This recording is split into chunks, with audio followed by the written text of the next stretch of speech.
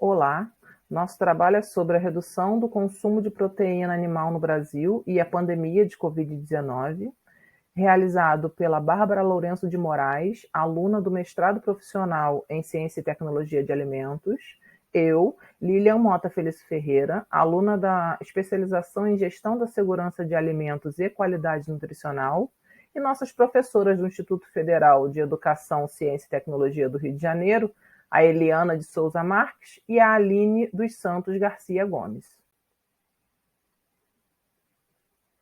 Segundo a Associação Brasileira de Proteína Animal, a ABPA, o consumo de proteína animal no Brasil está presente em 98,5% dos lares, sendo o ovo a proteína mais consumida, seguida pela carne de frango e a carne suína. O relatório do Centro de Estudos Avançados em Economia Aplicada informa que a distância de preços entre a carne suína e a carne bovina bateu recorde no ano de 2021. Dados divulgados pela Companhia Nacional de Abastecimento sugerem que o consumo de carne vermelha diminuirá em quase 14% esse ano, quando comparado ao ano antes da pandemia, que foi 2019, né? Sendo o menor dos últimos 26 anos devido ao aumento de preços, né? É importante ressaltar também que o fechamento de bares, restaurantes e hotéis durante o período da quarentena, em muitos estados, ele levou ao encerramento de atividades de plantas frigoríficas, como ocorreu, por exemplo, no Mato Grosso do Sul. O aumento dos preços, ele reacendeu a procura por substituto proteico de origem vegetal. Ainda vivemos, né, reflexo de transformação social e econômica gerada pela pandemia do SARS-CoV-2, e a expectativa é de que a alimentação ela também sofra transformações, né? Estima-se que o mercado de carnes vegetais ele irá crescer consideravelmente nos próximos anos. Pesquisas sugerem que a razão desse crescimento é também proveniente da insegurança do consumo de proteína animal. O relatório mais recente da OMS, a Organização Mundial de Saúde, ainda tem umas incógnitas que deixam aberto evidências de que os coronas humanos tenham se originado em animais. Esse relatório ele ainda demonstra que é muito provável a existência de um animal intermediário entre o animal infectado e o homem. E esse fato ele é suficiente para parte da população acreditar que existe a possibilidade de transmissão do vírus SARS-CoV-2 através do consumo de carne, né, de proteína animal.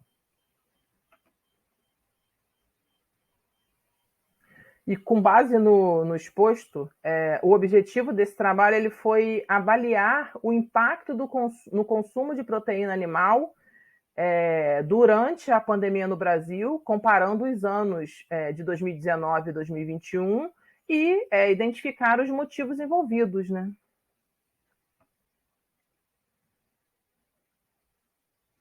E para isso, na nossa metodologia, nós usamos um questionário online com auxílio da ferramenta Google Forms e dividimos em 5 sessões. Na primeira, com dados sociodemográficos.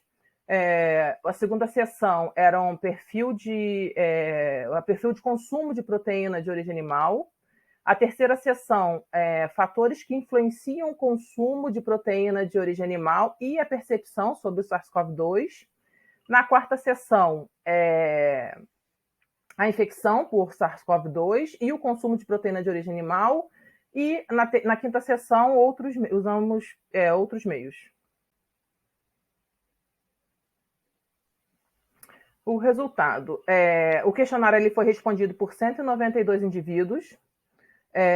Nos resultados iniciais, apontaram que 27,2% dos respondentes, equivalente a 52 indivíduos, eles afirmaram ter reduzido sim o consumo de proteína animal durante a pandemia.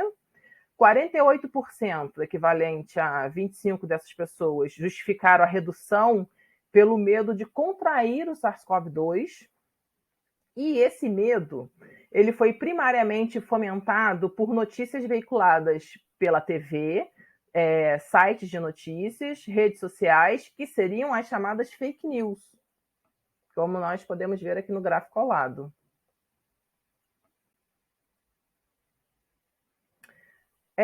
O nosso trabalho, a nossa análise, né, ela está, a análise dos dados, né, está em etapa final e ajudará a mostrar o real impacto da pandemia nas mudanças de perfil alimentar no Brasil.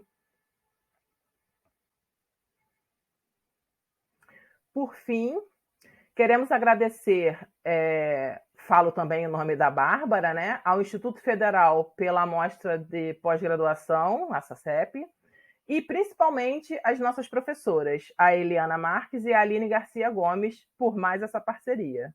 Muito obrigada.